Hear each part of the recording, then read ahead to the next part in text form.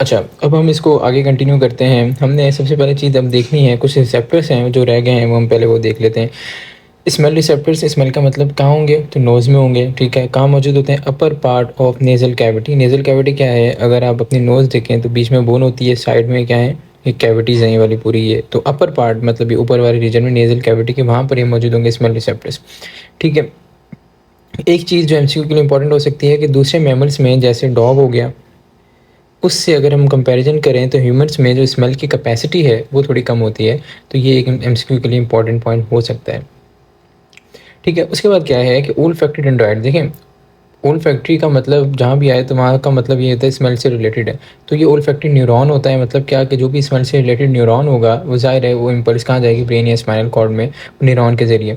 तो अब कोई भी न्यूरॉन है तो उसमें क्या है, बेसिक स्ट्रक्चर होता है डेंड्राइट, सेल बॉडी, एक्सॉन, ठीक है। तो ओल्फैक्टरी न्यूरॉन का जो डेंड्राइट है इसके पास क्या होता है, सीलिया लाइक प्रोजेक्शन होती है जो कि नेजल म्यूकोजा में प्रोट्रूड कर रही होती हैं। मतलब क्या है कि अगर म्यूकोजा क्या होता है, कोई भी सरफेस पे कोई लेयर होती है यूजुअली हमारी, जैसे नेजल कैविटी है, अगर अगर मैं दोबारा नेजल कैविटी बनाता हूँ यहाँ पर, तो ये नेजल कैविटी, इसकी सरफेस पे, ये सरफेस पे एक लेयर होगी जो कि क्या करेगी, इसको पैथोजन वगैरह से प्रोटेक्ट करेगी और लुब्रिकेट भी करेगी, ठीक है। ये वाली लेयर जैसे मैं अभी मार कर रहा हूँ, ये वाली लेयर, ठीक है, जो सरफेस पे होगी। तो ये जो नेजल म्यूकोजा पे क्या करते हैं, अगर ये मैं अब इसको म्यूकोजा को मैं ऐसे बना रहा हूँ, ठीक है, और इसके जो डेंड्राइड है सीलिया लाइक होते हैं, ठीक है। ये सीलिया लाइक डेंड्राइड मैंने बना दिया, ठीक है। ये सीलिया लाइक डेंड्राइड ये मैं थोड़ा मिटा रहा हूँ ताकि जगह थोड़ी बन जाए, ठीक है।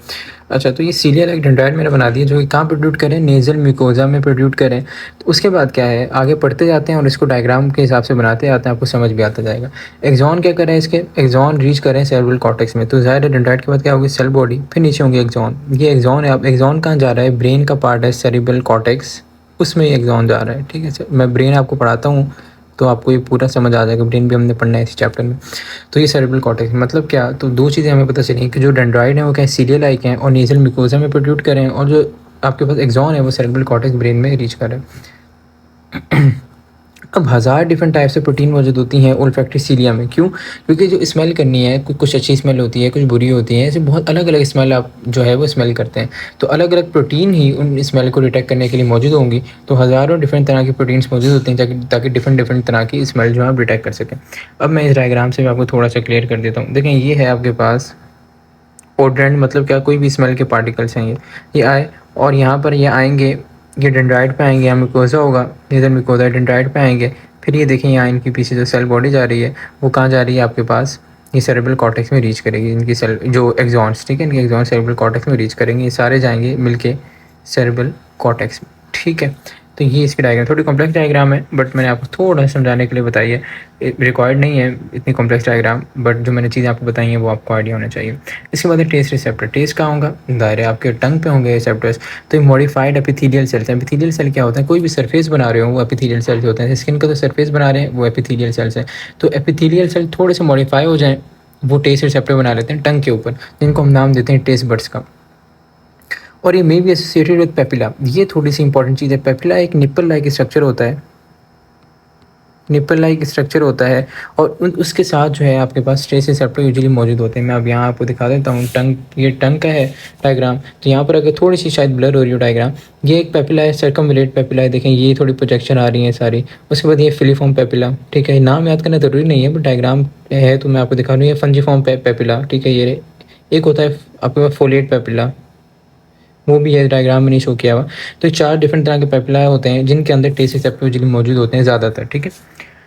इनके अलावा बाहर भी मौजूद हो सकते हैं टंग के ऊपर, ठीक है। तो ये निपल लाइक प्रोजेक्शन है। अब आप कहेंगे नज़र तो नहीं आती, ज़ाहिर है माइक्रोस्कोपिक स्ट्रक्चर है, ये आपको नेकेड आई से नज़र नहीं आएगा। ये तो होगी थोड़ी थोड़ी बातें टेस्ट रिसेप्टर की। अब कौन कौन से टेस्ट हम डिटेक्ट कर सकते हैं, स्वीट टेस्ट हो, सॉर हो खट्टा, सॉल्टी टेस्ट हो, बिटर हो बुरा टेस्ट हो, उमामी टेस्ट हो, ये 5 तरह के टेस्ट हम डिटेक्ट कर सकते हैं।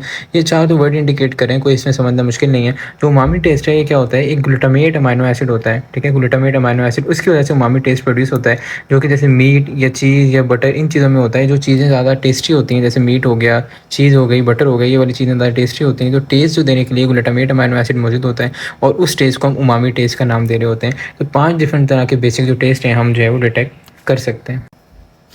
अच्छा भाई, तो कोऑर्डिनेशन एंड कंट्रोल का चैप्टर आगे जो है, हमने एक टॉपिक जो आपका आया है उसमें है साइनैप्स। साइनैप्स क्या होता है? कनेक्शन को कहते हैं।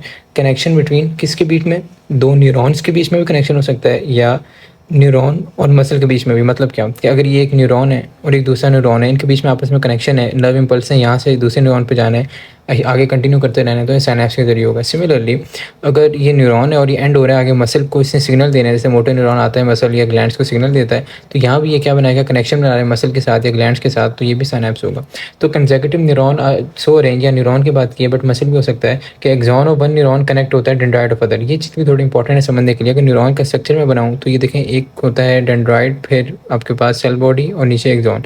सिमिलरली एक और एक्सॉन नीचे अगर मैं बना लूँ तो ये डेंड्राइड, सेल बॉडी और एक्सॉन। तो यहाँ गौर करें कि इसका डेंड्राइड ने किससे कनेक्शन बनाएगा? इसका एक्सॉन ऊपर वाले का नीचे वाले के डेंड्राइड से कनेक्शन बनाएगा। तो ऐसे ये कहानी नीचे चलती जाएगी। तो ऊपर वाले का एक्सॉन यूज़ होता है हमेशा, नीचे वाले का डेंड्राइड यूज़ होता है। थोड़ा सा इंपॉर्टेंट कॉन्सेप्ट है समझने के लिए कि एक्सॉन जो है ऊपर वाले न्यूरॉन का कनेक्ट होता है नीचे वाले के डेंड्राइड के साथ। कुछ साइटोप्लाज्मिक कनेक्शन नहीं होता, मतलब आपस में जुड़े नहीं होते हैं। देखिए गैप है, ठीक है, ये गैप है, और ये मैं चीज़ आपको बताता भी हूँ कि गैप को क्या नाम देते हैं, क्या होता है। उसके बाद गैप्स प्रेजेंट होते हैं, जैसे मैंने बताया। अब मैं इस डायग्राम से आपको सारी चीज़ें समझाता हूँ। अच्छा, अगर इस डायग्राम में हम देखें तो मैं यहाँ पर आपको बताता हूँ कि जो पहला न्यूरॉन है, ये पहला न्यूरॉन है ये वाला, और ये दूसरा न्यूरॉन है, ठीक है। तो अब इसमें होगा क्या कि पहले वाले को हम यूजुअली कहते हैं प्री। पहले कोई भी पहली चीज़ है प्री का नाम देते हैं, ठीक है, प्री। तो ये साइनैप्स है, तो प्री साइनेप्टिक न्यूरॉन हम इसको नाम दे देंगे, प्री साइनेप्टिक न्यूरॉन। अच्छा, जो बाद में चीज़ होती है उसका नाम देते हैं पोस्ट, तो इसको हम नाम दे देंगे पोस्ट साइनेप्टिक न्यूरॉन। ठीक है, आसान है, कोई मुश्किल नहीं है इसमें। अच्छा भाई, उसके बाद अब हमने क्या देखना है कि नर्व इम्पल्स ये पहले वाले न्यूरॉन में आई, फर्स्ट में, इसने जाना है सेकंड वाले में। अब ये कैसे जाएगी? इसका मतलब है साइनैप्स। तो ये जो कनेक्शन बन रहा है इन दोनों के बीच में, ये जो सारा कनेक्शन है इन दो न्यूरॉन के बीच में, ये इसको हम इस कनेक्शन को साइनैप्स का नाम देते हैं। ठीक है भाई, आसान चीज़ है, कोई मुश्किल नहीं है। अभी होता कैसे है, ये आपको 2-3 चीज़ें इसमें याद रखनी पड़ेंगी। पहली बात क्या कि जो दोनों न्यूरॉन के बीच में मैंने बताया था साइटोप्लाज्मिक कनेक्शन नहीं है, गैप है। तो ये जो गैप है इसको हम नाम देते हैं साइनेप्टिक क्लेफ्ट का। ठीक है, गैप को नाम क्या दे रहे हैं? साइनेप्टिक क्लेफ्ट का नाम देते हैं। ये आपको एक चीज़ याद होनी चाहिए जो कि एमसीक्यू में आपसे पूछी जाती है। दूसरा क्या कि जैसे मैंने आपको ऊपर बताया है कि पहले वाला अगर न्यूरॉन होगा, ये डेंड्राइड होता है, फिर एक्सॉन पे अगले न्यूरॉन के डेंड्राइड, फिर सेल बॉडी एक्सॉन। तो ऊपर वाले का एक्सॉन नीचे वाले के डेंड्राइड से आपस में कनेक्शन बनाते हैं। तो ऊपर वाले का क्या होगा? ये एक्सॉन होगा, नीचे वाले का क्या होगा? डेंड्राइड होगा। तो इसलिए यहाँ मेंशन है ये डेंड्राइड है नीचे वाले का, पोस्ट वाले का, और ऊपर वाले का ये है आपके पास एक्सॉन है। ठीक है, मैं लिख देता हूँ मेंशन नहीं। ठीक है, ये चीज़ हो गई। अब होगा क्या, देखिए जब नर्व इम्पल्स यहाँ पर एक्सॉन टर्मिनल पे पहुँच गई, एक्सॉन के एंड वाले पार्ट पे पहुँच गई, जिसको एक्सॉन टर्मिनल का नाम देते हैं, तो यहाँ पर कुछ बैग्स मौजूद होते हैं। ये एक बैग है, दूसरा है, तीसरा है, कुछ बैग्स होते हैं जिनको हम वेजिकल्स का नाम देते हैं। ठीक है, और वेजिकल्स के अंदर क्या मौजूद होता है? न्यूरोट्रांसमीटर। तो यहाँ पर अगर देखें आप, ये उन्होंने बताया न्यूरोट्रांसमीटर। ठीक है, ये इस बैग के अंदर है। ठीक है, इस बैग के अंदर क्या है? न्यूरोट्रांसमीटर। और बैग को क्या नाम दे रहे हैं हम? सिनेप्टिक वेजिकल का। सिनेप्टिक वेजिकल क्या है? बैग है। और सिनेप्टिक क्यों? क्योंकि सिनेप्स में काम आ रहा है। और सिनेप्टिक वेजिकल के अंदर न्यूरोट्रांसमीटर है, और यूजुअली कौन सा होता है? एसिटाइल कोलिन ज़्यादातर मौजूद होता है। दो चीज़ हो गई। अब क्या होगा जब नर्व इम्पल्स यहाँ पहुँच गई एक्सॉन टर्मिनल पे, तो ये जो आपके पास कुछ गेट्स होते हैं, इसको नाम देते हैं वोल्टेज गेटेड कैल्शियम चैनल्स। ठीक है, जब नर्व इम्पल्स यहाँ पहुँच जाती है एक्सॉन टर्मिनल पे, तो वोल्टेज गेटेड कैल्शियम चैनल्स ये जो मौजूद है ओपन हो जाते हैं, खुल जाते हैं, और बाहर यहाँ पर कैल्शियम मौजूद होता है साइनेप्टिक क्लेफ्ट में। कैल्शियम क्या करता है? ये अंदर चल जाना शुरू कर देता है। जब कैल्शियम अंदर जाता है तो ये बैग को पकड़ के ये मेम्ब्रेन से फ्यूज़ करा देता है। ठीक है, जब बैग मेम्ब्रेन से फ्यूज़ हो गया, इन्होंने थोड़ी सी इन्वेजिनेट करके दिखाया हुआ है ताकि ये शो करने के लिए। जब बैग मेम्ब्रेन से फ्यूज़ हो गया तो इसके अंदर क्या था? न्यूरोट्रांसमीटर, वो बाहर रिलीज हो जाएगा सिनेप्टिक क्लेफ्ट में, जो कि गैप है। ठीक है, क्या हुआ दोबारा मैं बताता हूँ। सबसे पहली चीज़ क्या है कि यहाँ पर क्या आ गई? नर्व इम्पल्स आई, उसने क्या किया कि वोल्टेज गेटेड कैल्शियम चैनल को ओपन कराया। और वोल्टेज गेटेड कैल्शियम चैनल ने क्या किया? वहाँ से कैल्शियम अंदर रश हुआ, अंदर आया, और कैल्शियम ने इन बैग को पकड़ के मेम्ब्रेन से फ्यूज़ करा दिया, और जो न्यूरोट्रांसमीटर है वो सिनेप्टिक क्लेफ्ट में रिलीज़ हो गया। ठीक है, आसान चीज़ है। अब अगले पोस्ट सिनेप्टिक न्यूरॉन के डेंड्राइड है, ज़ाहिर है, उस पर कुछ रिसेप्टर्स मौजूद हैं जो इन्होंने दिखाए हुए। ये रिसेप्टर है। ठीक है, ये रिसेप्टर मौजूद है। ये रिसेप्टर किसके लिए? ये रिसेप्टर पे आके बाइंड करेगा आपके पास न्यूरोट्रांसमीटर जो कि अभी रिलीज़ हुआ है। और इस जब रिसेप्टर पे न्यूरोट्रांसमीटर आके बाइंड कर जाएगा तो यहाँ पर इसको फिर सिग्नल देगा कि ये अपने क्या खोल ले, अपने सोडियम चैनल्स खोल ले, और जब ये अपने सोडियम चैनल्स खोल लेगा तो वही जो हमने पिछली वीडियो में डिस्कस किया है कि सोडियम अंदर आएगा, डीपोलराइजेशन होगी और वो जो है मतलब इम्पल्स आगे जाती रहेगी। तो ये जो पूरा पार्ट है, पूरी चीज़ है, इसको हम नाम देते हैं सिनैप्स का। ठीक है, तो आई होप सो चीज़ें क्लियर होंगी। अब न्यूरोट्रांसमीटर जो बैग के अंदर मौजूद थे, वो क्या है, वो केमिकल मैसेंजर्स हैं, केमिकल्स हैं ज़ाहिर है, उन केमिकल के ज़रिए मैसेज एक न्यूरॉन में दूसरे न्यूरॉन में जा रहा है, एक न्यूरॉन से दूसरे न्यूरॉन में, तो इसके केमिकल मैसेंजर्स कह रहे हैं। कहाँ से रिलीज होते हैं? ऊपर वाले के एक्सॉन से, तो प्री सिनैप्टिक के एक्सॉन से, और पोस्ट सिनैप्टिक के डेंड्राइट पैक करते हैं। कौन कौन से हो सकते हैं? एड्रेनलिन जिसका दूसरा नाम है एपिनेफ्रिन, नॉन एड्रेनलिन जिसका दूसरा नाम है नॉर एपिनेफ्रिन, ठीक है, और ये यूजुअली सिंपैथेटिक नर्वस सिस्टम में भी रिलीज हो रहे होते हैं। सेरोटोनिन है, एसिटाइलकोलिन है, डोपामिन है, बट मेन जो आपको याद रखना है, एमसीक्यू में भी पूछा जाता है, वो ये है एसिटाइलकोलिन, ये मेन है आपके पास पेरिफेरल नर्वस सिस्टम का। ठीक है, पेरिफेरल नर्वस सिस्टम के आगे पढ़ लेते हैं। ठीक है भाई, अच्छा ये तो हो गया केमिकल साइनेप्स। एक दो तरह के साइनेप्स होते हैं, देखें साइनेप्स को हम क्लासीफाई करते हैं, एक केमिकल और एक जो है इलेक्ट्रिकल साइनेप्स। केमिकल तो मैंने आपको बता दिया। अब इलेक्ट्रिकल साइनेप्स जो कि कुछ बुक्स में मेंशन है, कुछ में नहीं, मैं आपको थोड़ा सा यहाँ पर बता देता हूँ। ठीक है, आपसे पूछा भी जा सकता है।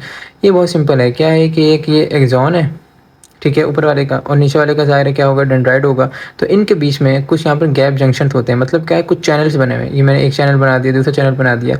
जब यहाँ पर आएगा कुछ चैनल, पॉजिटिव आइंस वगैरह सोडियम आएंगे, वो इन चैनल के ज़रिए चले जाएंगे अगले में। कोई यहाँ पर न्यूरोट्रांसमीटर इन्वॉल्व नहीं है, चैनल के ज़रिए अगले में चले गया, और पॉजिटिव आइन अगले में गया, वहाँ पर डिपोलराइजेशन कराएंगे, ऐसे कंटिन्यू रहेगा। तो इसको हम नाम देते हैं इलेक्ट्रिकल साइनेप्स का, जो कि लेस कॉमन है, यूजुअली कम ही पूछा जाता है। कुछ बुक्स में है, कुछ में नहीं है। तो मैंने आपको थोड़ा बता दिया ताकि जो कई बार दूसरी बुक से भी चीज़ें उठाई जाती हैं और एमसीक्यू बना लिए जाते हैं। ठीक है, अगला टॉपिक है हमारे पास evolution of nervous system. Nervous system evolve कैसे हुआ? ठीक है, ये भी कुछ बुक्स में है, कुछ में नहीं है, बट हमने पढ़ना है इसको। अच्छा भाई, सबसे पहले कहते हैं डिफ्यूज़ नर्वस सिस्टम। देखिए, कोई भी चीज़ इवॉल्व होती है, पहले सिंप्लीफाइड होती है, फिर वो इसका अच्छे वर्जन आते जाते हैं। तो डिफ्यूज़ नर्वस सिस्टम में क्या होता है, छोटे एनिमल्स में होगा, ठीक है, लोअर एनिमल्स में होगा। प्रिमिटिव है, मतलब पुराना सिस्टम है। इसमें क्या होता है, जो न्यूरॉन, जो नर्व सेल्स हैं हमारे पास, वो क्या होता है, डिस्ट्रीब्यूटेड थ्रू आउट ऑर्गेनिज्म। अगर मिसाल के तौर पर मैं ये ऑर्गेनिज्म बना रहा हूँ, इसके अंदर न्यूरॉन जो है ना, वो ऐसे डिफ्यूज़ हुए हुए होंगे पूरे ऑर्गेनिज्म में। कोई स्पेसिफिक रीजन नहीं जहाँ हो कि ज़्यादा हो कम हो, ये पूरे डिफ्यूज़ हुए हैं। और क्या है, ज़्यादा कहाँ होते हैं, बीनीथ सरफेस ऑफ बॉडी, मतलब ये सरफेस ऑफ बॉडी है, तो यहाँ मैं ज़्यादा बना देता हूँ। ये बीनीथ सरफेस बॉडी थोड़े ज़्यादा मिलते हैं, बट डिफ्यूजली पूरी बॉडी में ही कहाँ होते हैं, ये फैले हुए होते हैं। ठीक है, सरफेस ऑफ बॉडी पे मैंने थोड़े से ज़्यादा बना दिया, आपको कंसनट्रेटेड भी नज़र आ रहे होंगे। ठीक है, ये मैंने बना दिया। अब क्या है, large concentration of nerve cell जो है वो नहीं मिलते हमें। मतलब क्या कि हम ये कहें कि ये अगर कोई ऑर्गेनिज्म है ये, और उसमें हमें बहुत ज़्यादा एक जगह पर बहुत ज़्यादा कंसनट्रेशन मिले नर्व सेल की, ऐसा नहीं होता। डिफ्यूज़ हुए हैं, जैसे मैंने आपको बताया। उसके बाद ये इसकी जो अच्छी एग्जांपल क्या है डिफ्यूज नर्वस सिस्टम की, नाइजीरियंस हैं, ठीक है, किंगडम एनिमेलिया में हम पढ़ते हैं, जिसकी एग्जांपल हाइड्रा और जेलीफिश आ जाता है। अब सेंट्रलाइज नर्वस सिस्टम है, इसमें क्या आता है, सेंट्रल नर्वस सिस्टम जिसके अंदर आता है आपके पास ब्रेन और स्पाइनल कॉर्ड, और peripheral nervous system. Peripheral nervous system में क्या है, देखिए ये अगर ब्रेन है और ये स्पाइनल कॉर्ड है, तो हमारी पूरी बॉडी जो है ब्रेन और स्पाइनल कॉर्ड से कनेक्टेड है। जो पूरी बॉडी में जितने भी फंक्शंस हो रहे हैं ब्रेन और स्पाइनल कॉर्ड से क्या है, वो लेना देना है उनका। तो जो पूरी बॉडी में जो इनके कनेक्शन फैले हुए हैं, उसको हम नाम देते हैं आपके पास पेरिफेरल नर्वस सिस्टम का। और पेरिफेरल नर्वस सिस्टम किस में होता है, जो जब फाइलम्स पढ़ते हैं किंगडम एनिमेलिया, उसमें प्लेटा हेलमिन्थस से लेके आगे एंड तक कॉर्डेट्स तक, कॉर्डेट्स में ही क्लास मेमिलिया में ही एनिमल्स वगैरह जो हम लोग ह्यूमन्स वगैरह आ जाते हैं। ठीक है, अब नर्वस सिस्टम इन हाइड्रा को थोड़ा सा देखना है, प्लेनेरिया का थोड़ा थोड़ा ओवरव्यू हमने इनका देखना है। देखिए हाइड्रा जो है ये क्या है, मैंने आपको ऊपर यहाँ बताया कि हाइड्रा में क्या होता है, diffuse type of nervous system. ठीक है, तो यहाँ पे वही चीज़ें होंगी, थोड़ी बहुत जो है एडिशनल इन्फॉर्मेशन है। ये सेडेंट्री है, मतलब क्या है कि इसकी जो लाइफ स्टाइल है बहुत मोटाइल नहीं है, ये एक जगह रहता है। तो इसके जो नर्वस सिस्टम हो क्या होता है, network of neurons between ectoderm and endoderm. इसमें दो लेयर्स होती हैं। अगर मैं हाइड्रा बनाऊँ, ये एक्टोडर्म है, ये एंडोडर्म है, तो यहाँ पर जो है एक्टोडर्म एंडोडर्म में न्यूरॉन्स मौजूद होंगे, ठीक है, इन दोनों लेयर्स के बीच में। बस ये बात कहना चाह रहे हैं।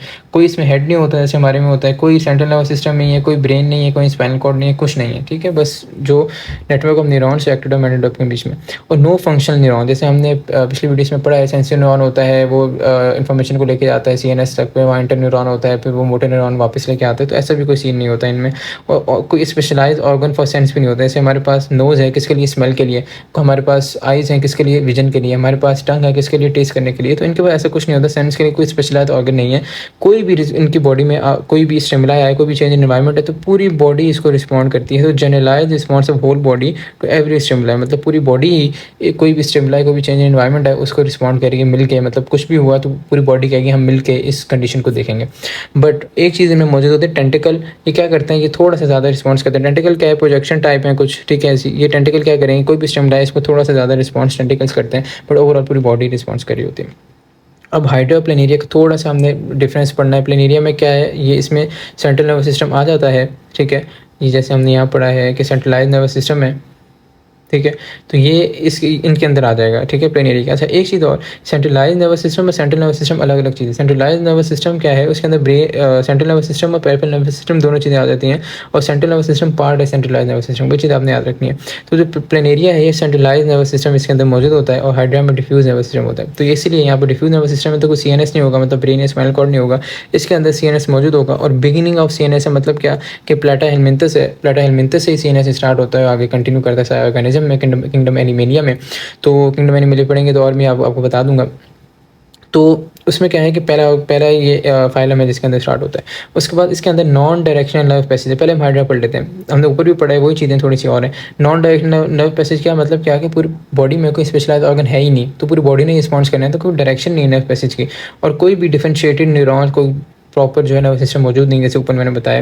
कोई सेंस ऑर्गन नहीं है, वो चीज़ देख चुके हैं। कोई नर्व्स वगैरह नहीं है, बस हमने क्या देखा था, एक्टोडर्म और एंडोडर्म के बीच में नेटवर्क ऑफ न्यूरॉन्स मौजूद है। और क्या है, सुपरफिशियल नेटवर्क ऑफ न्यूरॉन्स जहाँ पर कहाँ मौजूद है, एक्टोडर्म एंडोडर्म के बीच में, ठीक है। अच्छा अगर प्लेनेरिया के देखें, प्लेनेरिया के ऊपर वाले रीजन पे, मतलब क्या कि अगर आप हमारी बॉडी में हेड वाला रीजन होता है, ठीक है, हम टॉप वाला रीजन कहते हैं, प्लेनेरिया के ऊपर वाले रीजन पे क्या मौजूद होता है, यहाँ पर इनके पास मौजूद होता है बाइलोब मास, ठीक है। बाइलोब मास है, ऐसे ये आप समझते हैं, ये ब्रेन वाला काम कर रहे हैं, ठीक है। बाइलोब मास है जिसके अंदर से क्या निकल रही, नर्व्स निकल रही हैं, लॉन्गिट्यूडनल नर्व्स भी निकल रही हैं, और लेटरल नर्व, लेटरल मतलब साइड्स पे जाएंगी, और लॉन्गिट्यूडनल मतलब लॉन्ग एक्सिस में ट्रैवल करेंगे, ठीक है। और इनके अंदर डायरेक्शन नर्व पैसे, मतलब क्या कि सेंसरी न्यूरॉन पहले लेगा कोई भी स्टिमुलाई को, वो relay neuron central nervous system में जाएगा, फिर मोटर न्यूरॉन, मतलब जैसे हमारे में होता है कोई डायरेक्शन है इसकी, ठीक है, तो वो मौजूद होता है। और इंटीरियर एंड पे क्या होते हैं, sense organ in the form of ice, ठीक है। इनके ऑर्गेनिज्म में जो ऊपर वाला इंटीरियर एंड है, जैसे हमारा भी इंटीरियर एंड पे क्या है, आइस मौजूद है, तो वो भी इनके पास मौजूद होती हैं। उसके बाद नर्व्स हैं, कौन कौन सी, लॉन्गिट्यूडनल भी लेटरल भी, जैसे मैंने बताया बाइलो मास है, इससे ये निकल रही लॉन्गिट्यूडनल नर्व्स, और साइड पे निकलेंगी, लेटरल कवर्ड साइड के लिए यूज होता है, साइड्स पे निकलेंगे वो लेटरल नर्व्स होंगे, ठीक है। अच्छा नर्व्स क्या है, ये चीज़ें हम आगे पढ़ लेते हैं, मैं थोड़ा बता भी देता हूँ। कलेक्शन ऑफ एक्सॉन्स हो जाएं या डेंड्राइट्स हो जाएं, इसको हम नर्व्स का नाम देते हैं, ये हम आगे पढ़ेंगे, ठीक है। थोड़ा सा मैंने आपको बताया। अच्छा इसके पास कौन कौन से कहाँ कहाँ जो है वो नर्वस सिस्टम मौजूद होगा, सुपरफिशियल भी होगा बॉडी पे, बीनीथ एपिडर्मिस, स्किन की जो लेयर्स हैं, एपिडर्मिस होती है, डर्मिस होती है, फिर सबक्यूटेनियस लेयर होती है, स्किन की लेयर्स हैं। तो एपिडर्मिस के नीचे भी, मतलब जो स्किन की टॉप लेयर है उसके नीचे भी मौजूद होता है। और डीपर प्लेक्सिस भी होते हैं जो हम बॉडी के अंदर होते हैं, जो पैरेन्काइमा का मतलब है जो फंक्शनल टिश्यूज़ हों, ऐसे टिश्यूज़ जो बॉडी के फंक्शन परफॉर्म करें, उनमें भी प्लेक्सिस ऑफ मतलब गुच्छा ऑफ न्यूरॉन्स मौजूद होता है। तो ये अच्छा मतलब बेटर प्लेनेरिया में बेटर क्या है आपके पास मौजूद है, सेंट्रल नर्वस सिस्टम या सेंट्रलाइज नर्वस सिस्टम बेटर ये है हम कह लें।